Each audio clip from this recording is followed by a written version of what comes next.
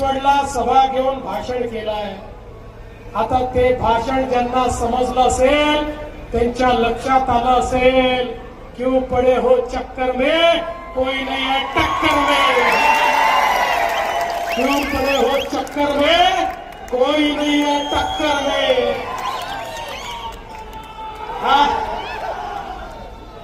आज एवढंच सांगण्याकरता आलोय. मागच्याही काळात या पिंपरी चिंचवड महानगरपालिकेत जे परिवर्तन झालं, जो विकास झाला तो भाजपनेच केला आणि पुढचाही विकास भाजपच करणार आहे. महेश दादांच्या नेतृत्वात या भोसरीचा चेहरा बदललेला आपण सगळ्यांनी बघितलेला आहे. पर ये तो सिर्फ ट्रेलर था, असली पिक्चर अभी बाकी है.